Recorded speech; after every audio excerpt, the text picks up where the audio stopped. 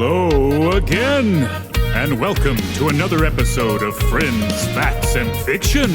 As always, this podcast is made possible by our local convenience stores, the misappropriation of history, and you. And now to your hosts, Justin Hammonds, Brant Bramlett, and Drew Shellnut. All right, well, I guess I'll be Justin today. Do you want to be Justin today? No, I can't live up to that hype. Yeah, it's all good. It just goes like this.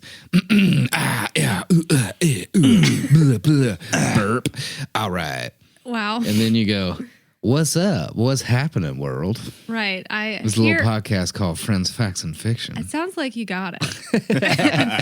It sounds like you've nailed this intro. I'm pretending to be Justin Hammonds. Far more than me. And I've got with me today our in-house producer, Grace Higginbotham, or G. Higgs, as she's known. Higgy Smalls. Higgs Smalls. Uh-oh. What up? And also looking at Drew Shellnut across the way. No, I ain't here. And then on the real, though, I figment of am our Grant imagination. Bramlett. I'm Yeah. the Yeah, you third. You are Grant Bramlett. Yeah. Justin's on the road today. Well, no, he's not. He's in Montana now. Yeah. He's no got to longer on Montana. the road. He's He is in Big Montana. Sky Country. He's in Big Sky Crunchy. Yeah. I'm hoping he's Crunchy? doing well. Big Sky Country. Big Spy. Crunchy. Big Spy. Big Spy Crunchy. Wow. Yeah, Big Spy Crunchy. We all kind of fucked that one up. That's hard to say. Big Spy Sky. Crunchy. Yeah. Yeah. It's a good sushi roll. You should try it. Oh my God. They should have that in Big Sky. Montana. No, Big Yeah. Spy. At the one Crunchy. sushi restaurant. It'd That's be their Big definitely Sky spider roll. Crunchy. It'll be their Big spider roll. Spy Crunchy. Or just Big Sky Crunchy. God damn it. Yes, exactly. Man, we're crushing this without Justin. We are. He's fired. But this is a little tweener thing we got going on. I figured we would randomly call Justin in the middle of the episode, see if he answers at all, and give him a fun little surprise. And Sounds delightful. supposed to have a buddy of mine on that is a fantastic writer, and we had recently done like this little sketch comedy thing here in Nashville called Trashville. Plan on keeping it going. Maybe start up a little podcast of his own, and we might, absorb it, or at least I'll be producing it, maybe part of it or whatever. But Jaime's not here to talk about any of that, so, fuck him. No, in all seriousness, we just Wow. miscommunicated on the days. We'll get him on eventually. He'll be in soon. But how's everybody's week been? Everybody doing okay? Everything's good. Weird. Things are transitioning, That's true. It is. Yeah. but good. It's Would you care to talk about that? Well, I am not only the in-house producer for Friends, Facts, and Fiction, but I am now the company administrator and chief operations, what do you call it? Officer? COO? Yeah. For Otter Creek Lawn Care, Yeah, LLC. That's very true. So people of Nashville, if you need your lawn taken care of. It'll be taken care of just as well, but now you'll get really well-worded emails, and I won't forget about you. That's very true. Very true. It's immediately more organized and much, much better Sounding. spoken. Good Written. spoken to the people that do the money, that I do the thing. yeah. Yeah, That's nice. I know. Yep, that's happening. It is happening. It is happening. How about you, Drew? Yeah. Just trying to find a doctor that's not going to give me medicine that sends me adverse reactions. But yeah, I'm doing well. What's an easy find? Yeah, just don't Apparently went to not. TriStar Summit in Nashville, Tennessee. Not name dropping or anything. Our newest sponsor. No, yeah, right. This episode is brought to you by. I was very, coming from Tuscaloosa and knowing the medical background of the schooling there, and knowing the medical backgrounding from being from Tuscaloosa about Auburn. I had no idea they had a medical program other than for animals. Yeah, I just thought it was like agricultural and Until veterinarian. the doctor walked in the other day with an Auburn tag on, and I was like, this dude's a horse doctor. I imagine that was probably Why is he their working on me? master's program or doctorate program down there. No, Probably there definitely is. There definitely is. But They're that not was my just- first thought. I was like, man. They're not just the cow college They down just the way. they just sent in the horse doctor to work on me. What's wrong? What's wrong? No, but no. everything's good. I know way too much about electronics now. If you need a TV, talk to me, B. What? But yeah, everything's cool. Sweet. Carolyn and I are planning a trip to go to Clearwater, Florida. Ooh, fun. So Nice. to doing a little bounce down to my mom, stay there, go to Clearwater for 2 days, only pay for one night, bounce down to Orlando, go to Universal. After we're done with that, drive to her sister's, since it's only like an hour and a half away, stay there, Nice. and then come back. So it's like all in all, like 6.5 days, but we're only paying for one night That's the great. entire time. So we get to, use that money on like Universal and like the beach and Yeah, the little fun things. things. Nice. Yeah, What yeah, the yeah. money Sounds should cool. be used So for. we're going to do that instead of in September, and that'll Just- be over my birthday as well. So Woohoo. we didn't get a honeymoon last year. We don't have money to do what we want to do this year, so we both need a vacation, so Yeah. we're going to do that. Well, good for y'all. That's exciting. It is. It'd be nice to chill at the beach. Last 2-3 times I've chilled at the beach, it's just been with the lads. The lads, And that's been, your mates. yeah. And I've been a mermaid. So, A mermaid? Merman? I don't know. still Steve convinced did that they were- Steve did build a pretty convincing dick sticking off of me when I was a mermaid. It was good. Got it. Delightful. I think I remember seeing images from that. Yeah. Or some We form were of sober. photograph. Yeah, I've still got the video on Photograph. my phone, so Yeah, we were sober. Nice. yeah. What about you, Grant? Any I'm a mermaid. I'm Any- a mermaid. any changes, any updates, any life epiphanies from this week? Probably a lot. Let's see. No. Crickets. No, actually, I feel like everything's kind of finally settling down into some semblance of normalcy, whatever that means to me. Like it's a chaotic enough of a schedule for me to like manage, but not be able to lose my mind over. You know what I mean? Yeah. So Well, good. that's pretty cool. And you've So been your plates are spinning, but just not uncontrollably. yeah, exactly. Yeah, Nice. yeah. And you've been a massive help to that, actually. So Well, good. I'm glad to hear thanks, that. wife. You're welcome, husband. Making my life a lot better. Yeah. Bam. Felt like a sitcom moment. I don't know. Anybody It sure else? did, especially with your vocalizations on how the segment would have changed over to a new scene. Yeah. It's good stuff. Brody. You know what I mean?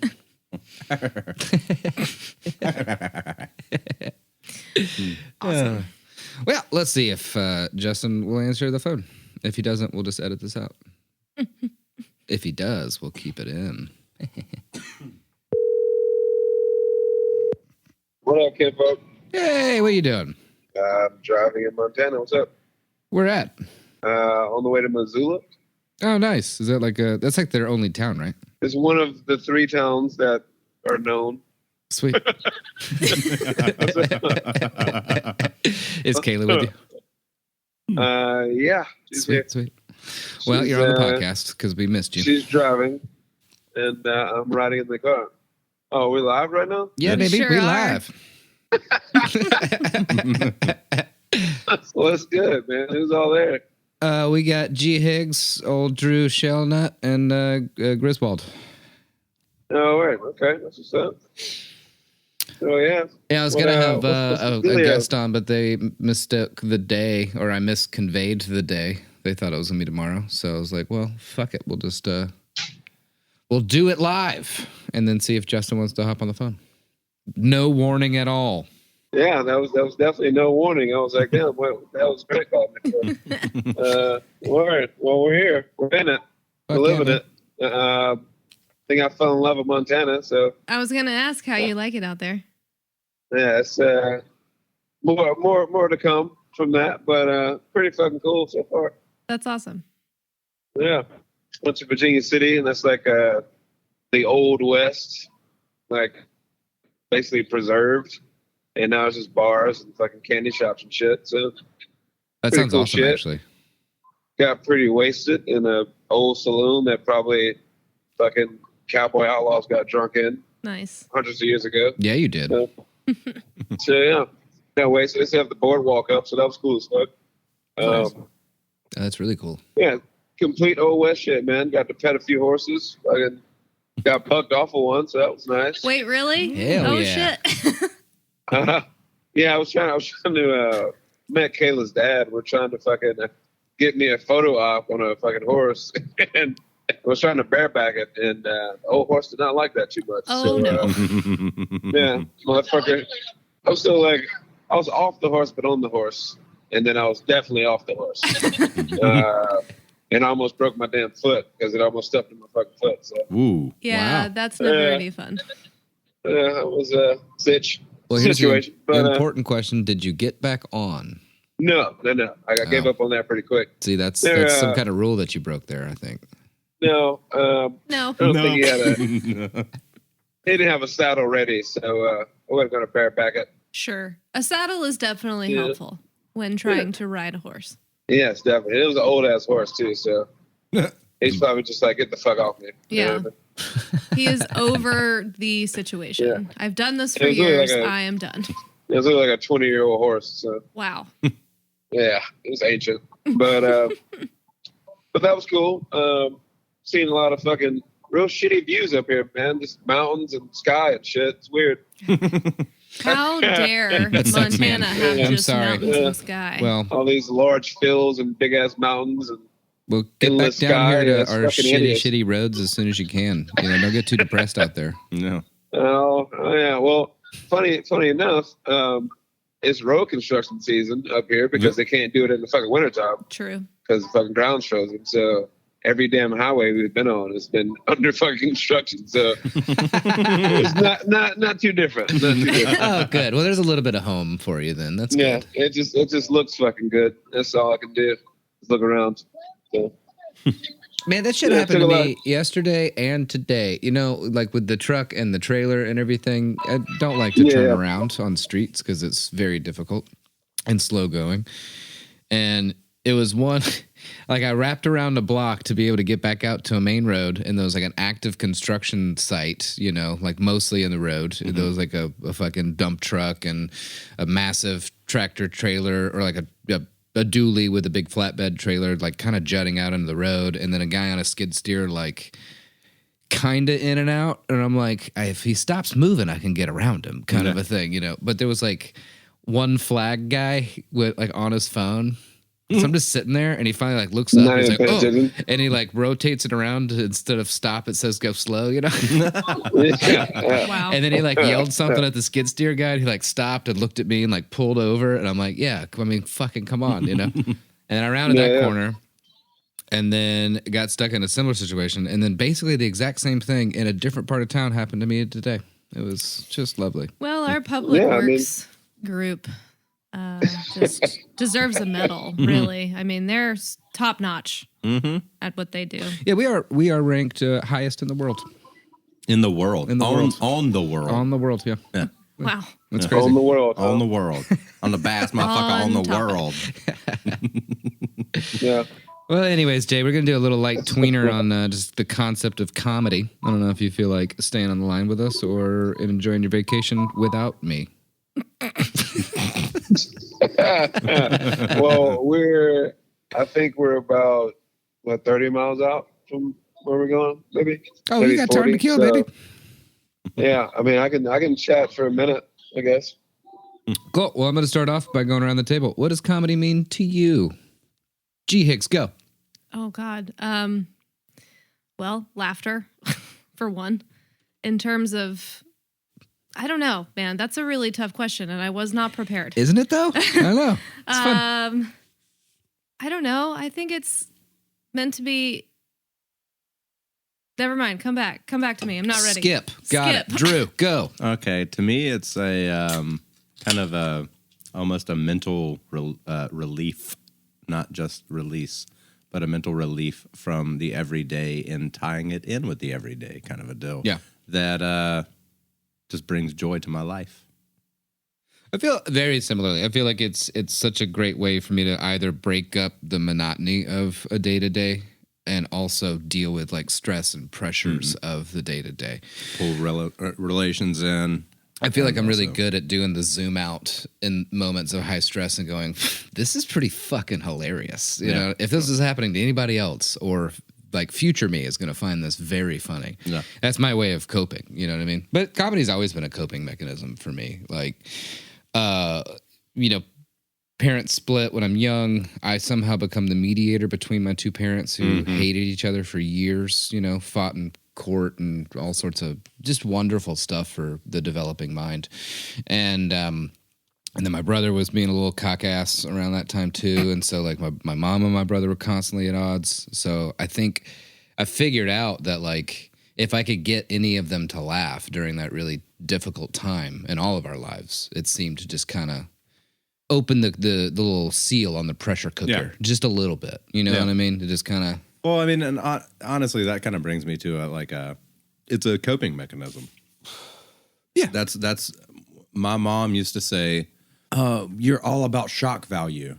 Well, yeah, when you live in such a shit situation, and like mom was like, "Oh, you're just trying to fuck with me," kind of a deal. Not really fuck with me. She wouldn't say that, but Sure. all shock value, everything.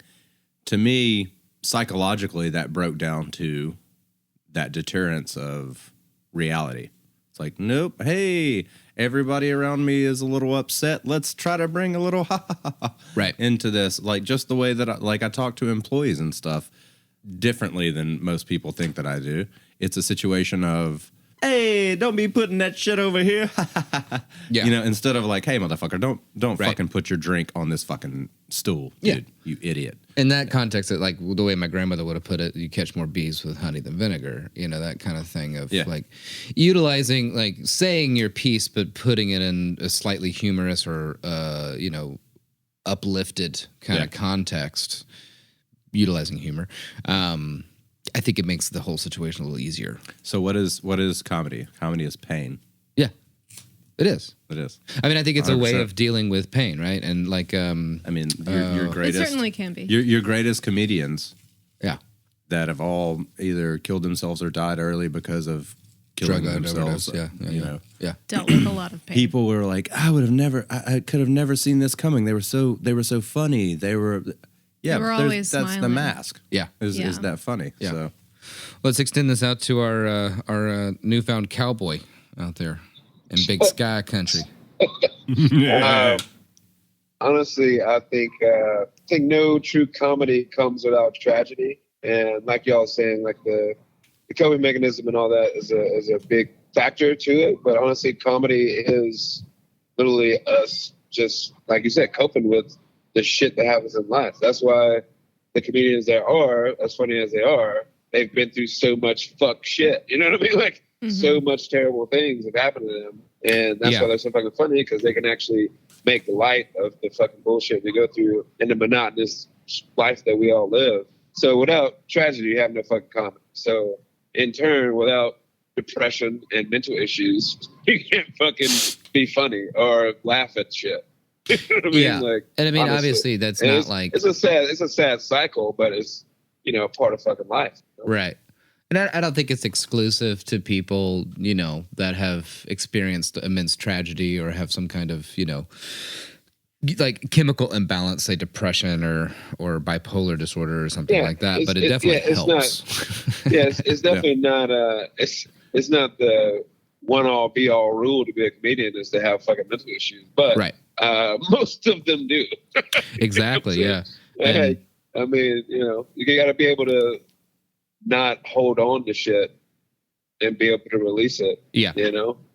And that comes with some type of masochistic fucking cycle in your life. I think so You too. know what I mean? Yeah. Like, And I mean, some of them like to do that on stage. Like two of my favorite female comedians, Tig Notaro is one.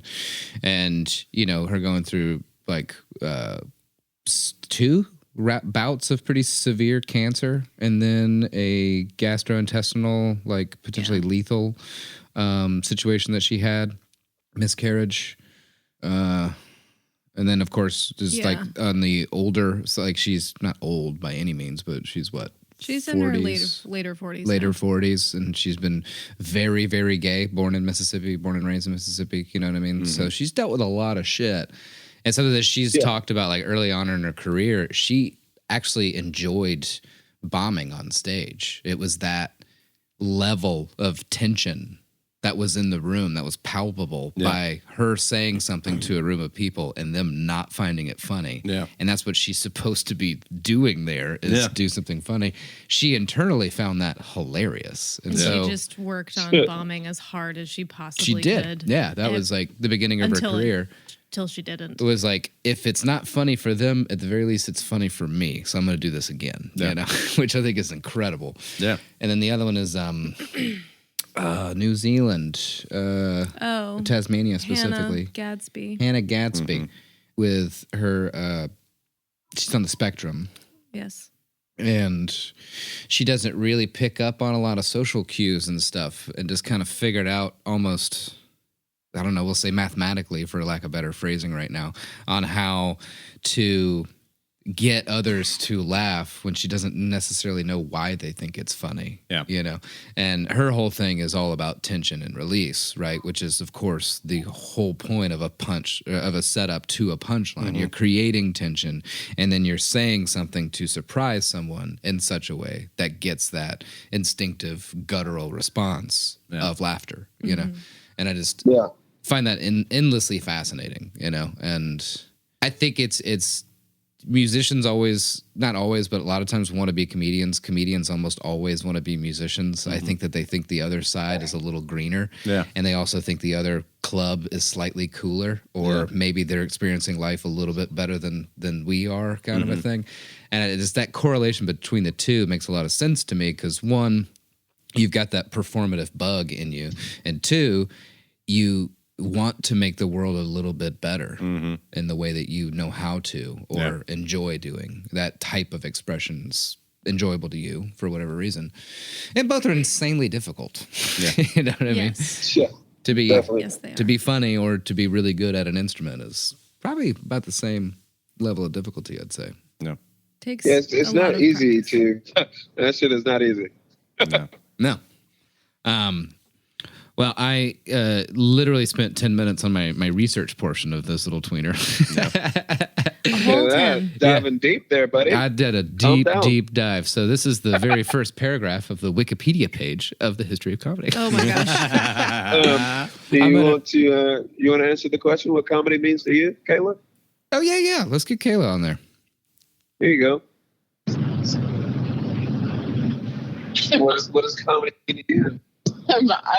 What kind of comedy? Hey, Kayla. I don't know if I understand the question. He just handed me the phone. I mean, it's insanely open-ended, kind of on purpose, but just, you know, has it made any kind of impact in your life? Do you have any personal attachment to the concept of comedy, or have you spent any sleepless nights rolling over, you know, and tossing and turning, trying to figure out, like, why do laugh? Why is funny, you know? I mean, I don't think so. Like, comedy in my life is very much a form of somehow interacting with my environment while still escaping from it, if that makes sense. Like, we use the relatable experiences as a form of escapism from our day-to-day problems. Yep. And yeah, that's what comedy is to me, I guess. Well, you were right. Yet another form of escapism. Yeah, you're right on par with everybody else at this table. So I think that must be what it is. Yeah. It must be what it is. A relative escape. Okay, I'm going to hand the phone back to Justin now, because I'm going to kill us on this mountain pass. Okay. Yeah, she's going 80 miles an hour through a mountain right now. So. Yeah, she is. Girl after my own heart right there. Well, she's comfy up there. That makes sense. But anyways, as Wikipedia defines it, comedy is a genre of fiction that consists of discourses or works intended to be humorous or amusing by inducing laughter, especially in theater, film, stand-up comedy, television, radio, books, or any other entertainment medium.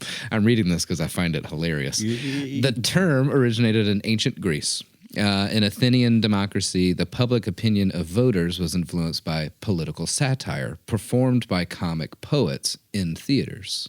The theatrical genre of Greek comedy can be described as a dramatic performance pitting two groups, ages, genders, or societies against each other in an amusing agon, as they called it, or conflict, as we would think of it. Northrop Frye depicted these two opposing sides as a society of youth and a society of the old.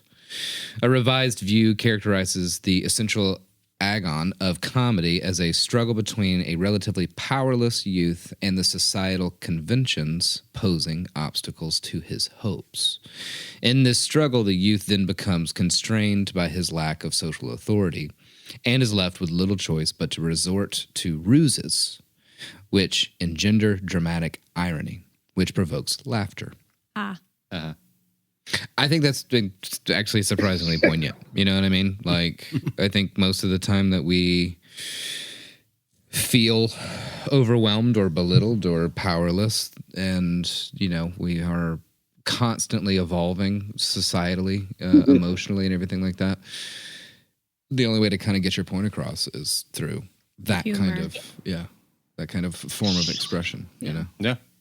I mean, think about it like the age of irony, as I like to think about it, that we're kind of post now. But, you know, like just everything was ironic. Everything was meta. And then we went absurdist, right? Like Tim and Eric is a great example of that, like post-irony kind of form of expression, because we were just like, I guess in almost going for like a societal shock value. You're not trying to offend, you're just trying to confuse, you know? It's literally, we get to the point now where we're pushing the envelope so far to see how much we can actually do. How can I make you feel uncomfortable but still laugh? You know what I mean? Like, Yeah. this is weird as fuck, but it's funny. You know what I mean? Well, Like, it's becoming a lot harder, too, because of the age of social media and the disassociation with just reality and things being fucked up for these people who are being raised up and are disillusioned to the fact that what you're looking at is actually fucked up, but because you've been shown it since you can remember, you think it's normal. That's true. So that also does not help with, you know, comedy and things of that sort, because I've been shown in my line of work now by a couple like 20-year-old, 22-year-old kids, like, hey, look at this video. And they're like, it's so funny. And ha, ha, ha, ha, ha. And I'm like, yeah, it's fucking stupid. Sure. You know, it's just fucking stupid. Like, but I mean, you know, It's funny to them. And now, and I'm like, am I just becoming that old man who's just like, you fucking kids? Yeah. Or is it just All music is just noise now. No. Which, you know, I don't feel that way. You know, I can still, you know, hear good things with that, but some of the stuff, like with some of the Snapchat shit and TikTok shit that people show me, I'm just like, yeah, that's not fucking funny. I'm with you there with you. Like I'm consistently conflicted about that, because I mean, I love like a really well written, filmed, acted movie, comedic movie, right? Like a Jim Carrey movie, you plop that on, I will sit on the couch happily for that hour and a half, you know what I mean? Or like a really long like sitcom series, like the good ones, of course, like, you know, we lost Justin because he's in the mountains. Yep. That's very true. If he calls us back, he calls us back. It's all incredibly subjective, because, Of course it is. you know, what somebody finds funny because of their life experience, somebody else could very well be like, what Drew said, that's not funny. Yeah. Yeah. Because that's not necessarily pertinent or doesn't quite align with their sense of humor. Right. I mean, I know you are one to really love well-written stories, jokes, you know, scripts, things of that nature, as am I. But I also am like still so connected to that part of my lizard brain where if I see somebody fall down, pratfall, you know, physical comedy, Slapstick, slapstick, it's still very funny to me. And I think that goes to the core of when I was like a kid watching cartoons or, you know, Jim Carrey or Bill Murray or whatever. when I grew up. Like that level of well-timed falls or stunts have always like gotten me to belly laugh. Yeah. It doesn't like, going back to your question earlier, comedy doesn't necessarily have to stand in place of something bad that happened, kind of like Justin said. Like it doesn't have to be from a tragic experience, but it is that level of reprieve of like, this has taken me out of the, direct experience that I'm living in right now to offer that dose of dopamine and serotonin. And it is just that like reaction to, oh, that's happening to somebody else. And it's funny naturally versus if it were happening to me, it would suck, but it would still be funny to somebody else. Like it just kind of all plays into your subjective experience. Yeah. And I mean, I think it on your point, I think it depends on like the mood I'm in or if it's a nice combination of both. Because if you just watch a series of 10-second videos of babies falling down, I'll laugh at a couple of them, but then I'm also going to quickly get pretty bored. Sure. But if it's like a deep introspective look at like, the human condition and they fall down, that is kind of getting more into my world of actually really laughing at something, like. So more like Murphy's Law. Maybe. And it's also just like like a long form, like hour-long stand-up special that somebody has. If they can effectively incorporate both, like tragic or heartfelt or ironic or like societally scathing kind of stories or commentary and stuff, but then marry that with like a special look that they give you, or they, maybe act out a quick moment, and how they act it out physically is probably going to push it over the top. Yeah. For me, at least, And I mean, it doesn't have to even be either or both. It's just one of those things. I think that like it when you know it, and it's one of the most challenging, effective ways of knowing because you fucking laugh at it, right? Like, I really thought you were gonna. It's it when you know it, and it's one of the most effective ways of knowing because you know it. I was like, where is he going with all this knowledge? Which I think is just a lot of fun. Just. Getting people to laugh, and I think it's also hilarious that Justin's not even going to attempt to call us back. Or maybe he's in a big dead zone. I was going to say, he's in Montana in the mountains. He very well could be out of range for a hot second. All right, moving on. I found an Insider article, the 10 oldest jokes. Ooh. Okay. Which I think is going to be kind of fun. Okay. So a joke about a haircut, number 10. Ancient Greece, 300 to 400 AD. The 10th oldest joke was found in the world's oldest joke book called Philogios,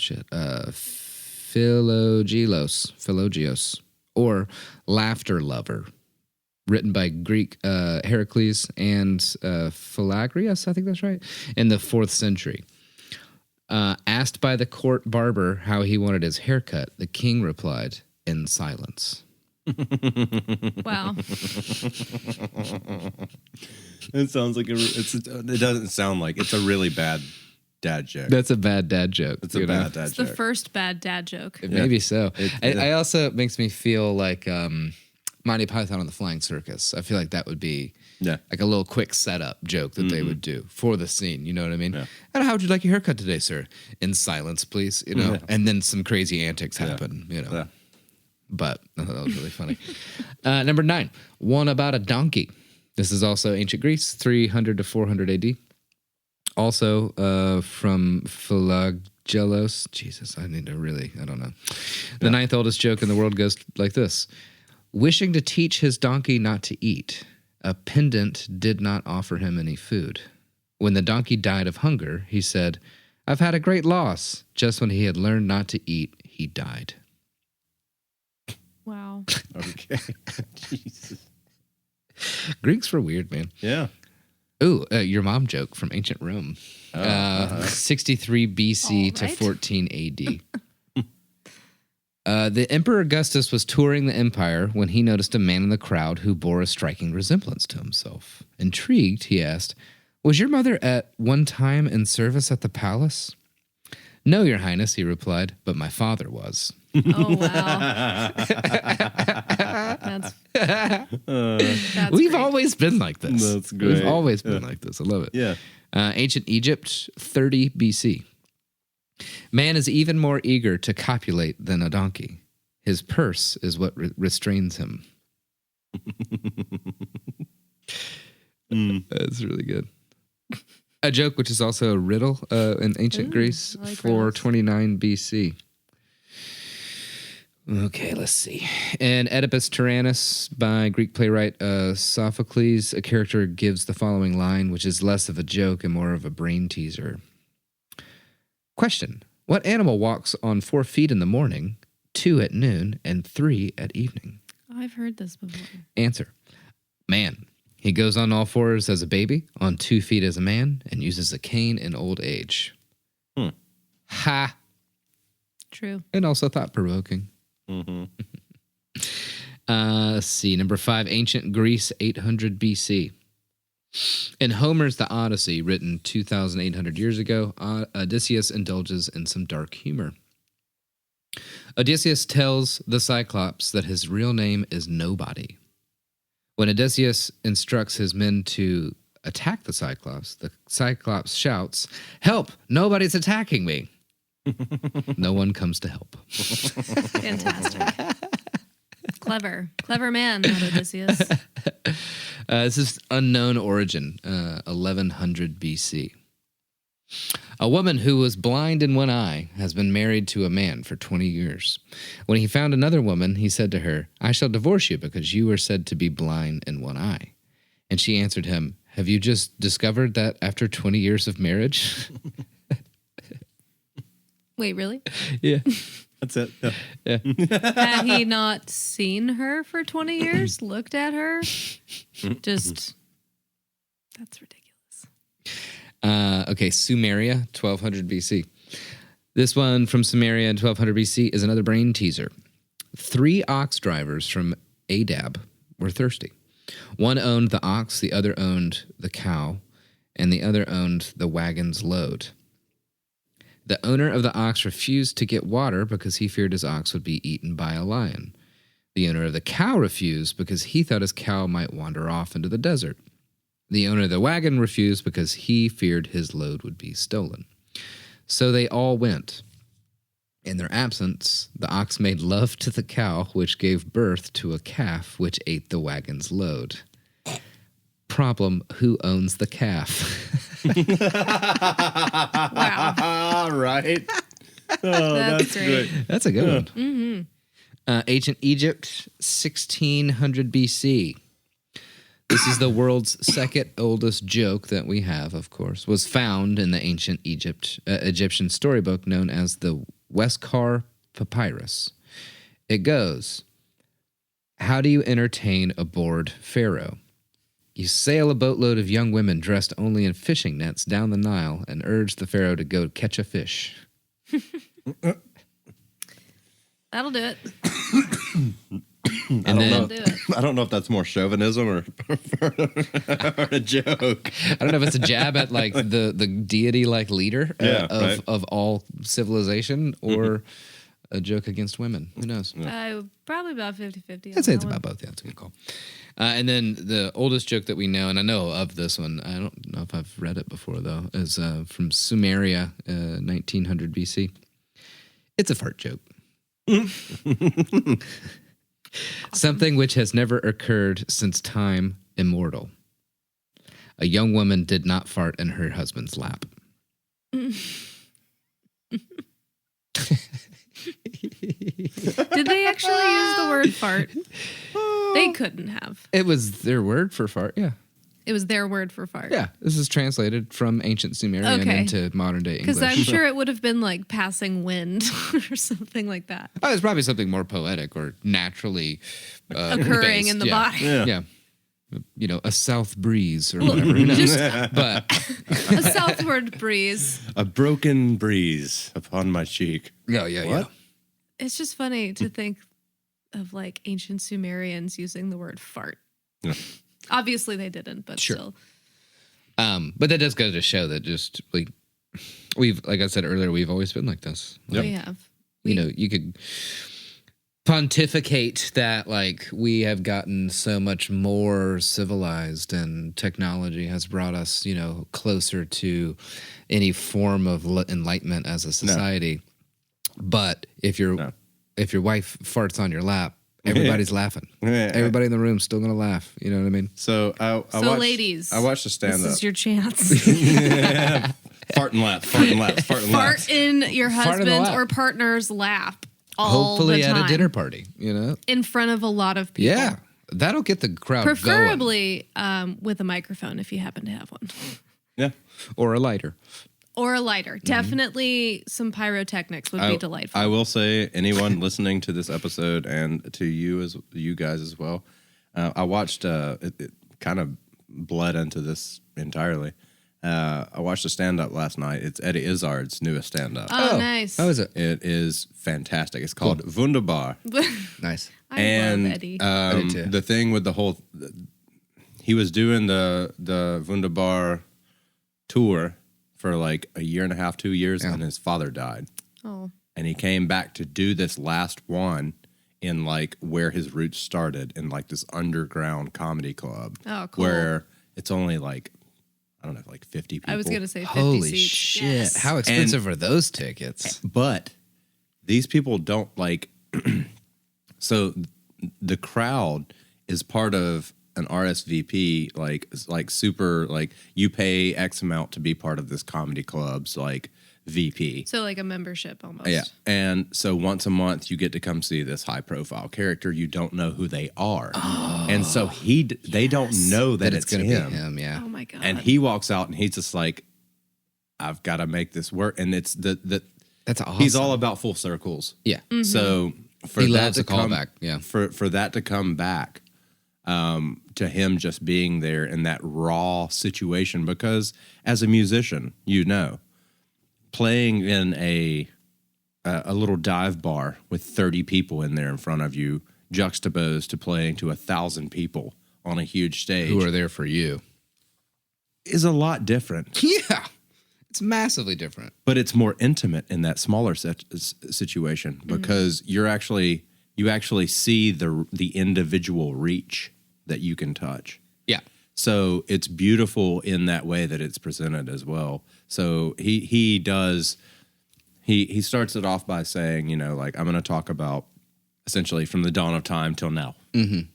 And he goes through and in a very comical way and breaks it down very substantially, but with comical bits. Like, no, that's true. That's true. It's definitely true. And it's obviously not, you know? Yeah. Definitely true. But you guys should definitely check it out. It's called Wunderbar. Will do. And it is a wunderbar. straight up, it's amazing. And he leaves you with a little seed at the end. Yeah. Of like a little intellectual seed Yeah. of like, this is why it's called that. Nice. Oh, what streaming platform did you find that on, good sir? Wunderbar. I think it was Prime. Cool. Maybe. I'll check it out. Just look it up. Either this is going to sound convoluted, but either Prime, Hulu, Pandora, or Netflix, which I'm pretty sure it's not Netflix. Yeah. But I think it's Prime or Hulu. Nice. That kind of brings me around to, which I think might be a fun little ender on this, is one of the reasons why personally that I love like the long form style. Like Mike Birbiglia is a really good example of that. As a stand-up, he will tell I a bunch of stories within this really long overarching kind of story. Right. And it's like a modern day, like non-secular preacher in a way. Yeah, It's yeah. like it's life lessons. It's valuable pieces of insight that a very oftentimes introspective, very thoughtful person has brought to the table that they think is valuable enough to like disseminate to a large group of people, you know. And now fucking massive audiences, like millions and millions of people will stream a popular comedian's stand-up special. I think in a lot of ways that's kind of like for the greater good now. In that it doesn't have to be this like theologically based way to live your life. Never had to be that way. In a better way. Of course not. It never had to be. I mean, maybe at one point in order to like build a society, but I think That's also another reason to watch what I've just told you. yeah, but like theological belief systems are often divisive, right? It is very much that us versus them thing, but you're still kind of going after that like golden rule, that overarching way to behave within a society in order for everybody to be like happy, healthy, and being able to push forward. And the fact that, you know, a lot of the better comedians, I guess you could say, or the ones with that higher message, if that makes sense, is a pretty massive benefit. I don't know. That's something that I really, truly appreciate about. I think they have a lot to teach us, like you're saying. Yeah. Yeah, 100%. Yeah. And I double-checked it, and it is, for everybody out there, it is Prime, where you'll see Sweet. that by Eddie Izzard. And it runs through essentially everything we just talked about today. History of throughout a couple things of his life, and hits on those like, this is about comedy, but here's this lesson at the end. You know, like this is Something more kind of poignant. Yeah. a less dark Bo Burnham moment. You know what I mean? Yeah. Yeah. So Nice. Speaking of Bo Burnham's most recent Inside. Apparently he's recently released How he made it. extra footage on, I think it's like 40 minutes. Yeah. I'm waiting to watch it. Kind of how I waited to watch Inside. I knew that personally, I wasn't in the proper headspace to go that dark, and I'm glad I waited. I still haven't seen it all.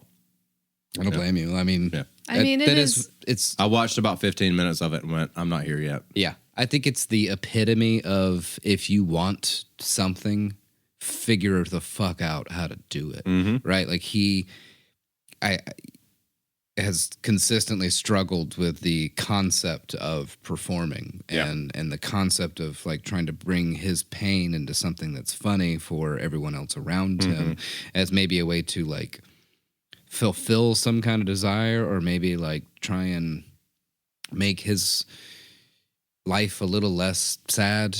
Yeah. I'm not exactly sure. I don't know if he knows, you know, but he found himself stuck in a room, you know, because of quarantine. And that's what he made out of it. Dude, I fucking drank way too much tequila and ate too much junk food. And, well, we started this podcast, so I guess something good came out of it. But Many things. Motherfucker learned how to, like, light a room and edit and shoot film. You know what I mean? Yeah. Like, it's amazing. Now, what he decided to do with it was very, very dark because he was in a really rough headspace. Yeah. But as were a lot of people. Yeah. And I think it was, I don't know, it was... That's just his drive, though. Yeah. I think he's like meant to be there. Yeah. There's just that drive to perform, to make, to create, even if it is dark. As dark as that was, and the time that was set for all of us, so, at which we should be able to relate to. Mm-hmm. For some, it was funny right away. For people like me, it's going to be funnier to look back on. Yeah.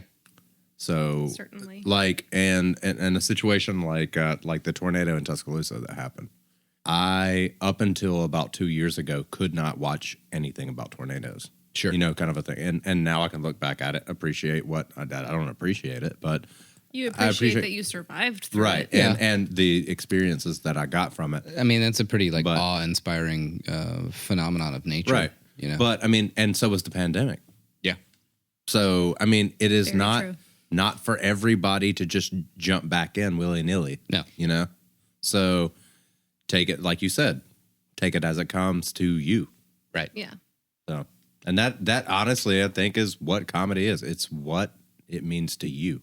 Doesn't matter what it means to anybody else. Cheers. It's it's that warm feeling you get after laughter. Yeah. How does that, real laughter, not just like, ha ha ha.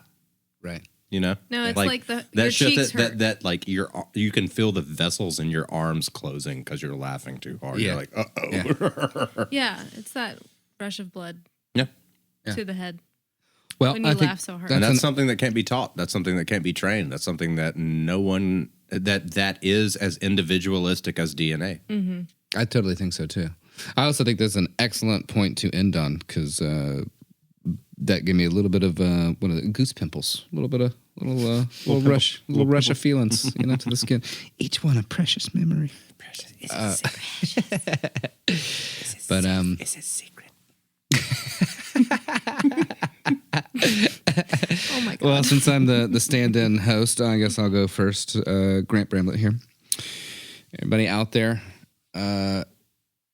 if you don't like comedy or you find it difficult to laugh or if you think it's a waste of time, I never liked you. If you've gone through some really difficult times and you've managed to, make light of it and for the sake of yourself, you being able to like cope with that traumatic experience or almost more importantly, help others cope with a very similar traumatic experience through the shared experience of laughter. I always loved you. Wow. Yeah. I like that. Thank you. Me too. I thought it was pretty good. Right off the top of the dome, baby. Wow. And he ruined it. And there it went. Yeah. Wah, wah, wah. Well, I'm Grace Higginbotham, the in-house producer here, and I just want to suggest to all of you listening out there that things aren't always gonna be funny. Understandably, sometimes we deal with some hard stuff, but one thing that I always like to do is to make myself laugh at myself.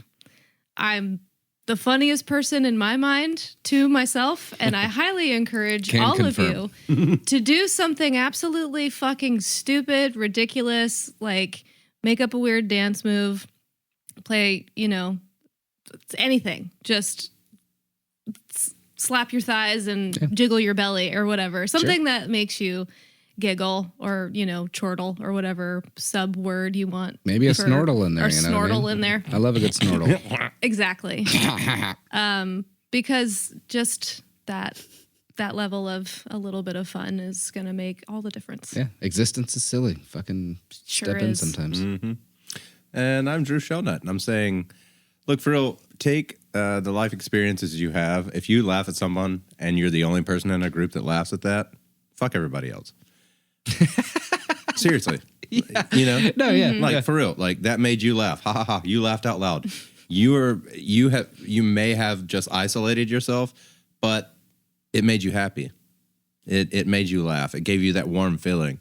Never run from that. Never hide yourself because you want to be part of the group or the fear of missing out syndrome that happens.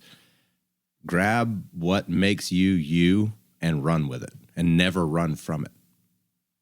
Fuck yeah, dog. I like Be that a whole lot. genuine. I like Oh, that. thank That's- God. We got Justin back on the line just in time for his sign off. Anything you want to say, Justin? But when I see the feet, it's a wrap. Profound words, Justin. Thank you so much. Delightful. Yeah, man. Really appreciate you dropping in from Montana to Talk drop about feet. those hot facts on us. Hot facts on feet. Hot Got facts it. on feet. Oh, man. Well, this has been an episode of a podcast called Friends, Facts, and Fiction. Do the little give us those 5 stars. Please, for the love of God, email us. Tell me what you hate. Tell me what you love. Tell me what you think's funny. Tell me what you think is not funny. Anything, really. Just tell us. Yeah. But you can reach us at friends.facts.fiction@gmail.com. We also have an Instagram that Justin takes care of, so you can reach us there. And then Justin's cell phone number, if you want to go that way, is 334. It's less fun to fuck with him when he's not in the room. So I guess I'll stop. it is. About to be so mad at y'all. But thanks for dealing with us while everybody's taking their little summer vacations. I think we might have another tweener coming up when Drew hits the road. In September. Yeah. Oh, in September? Okay, great. But hopefully you got a little bit of inspiration or maybe a giggle, maybe a snortle. Who knows? Who cares? I know I don't. This has been a Friends... This has been a podcast called Friends, Facts, and Fiction. And we out! Thanks for listening and stay tuned for the next installment. Find us on Facebook and Instagram to stay up to date on all things Friends, Facts, and Fiction. Our Instagram handle is friends_facts_fiction. As always, please reach out to us. You can send any of your questions, praise, and fact-checking. to friends.facts.fiction@gmail.com. It's important to us to only propagate the truth, and we'll correct any errors we may have made. Your hosts and researchers are Justin Hammonds, Grant Bramlett, and Drew Shelnut. Our episodes are produced by Grant Bramlett. Additional producership provided by Grace Higgs. Our recording engineer is Grant Bramlett. Our editor, mix, and mastering audio engineer is Jeremy Mulder. Lighting design is provided by Justin Hammonds. This has been a production of Friends, Facts, and Fiction. I'm good at stuff. You're bad at stuff. I'm good at stuff. You're bad at stuff. And sex.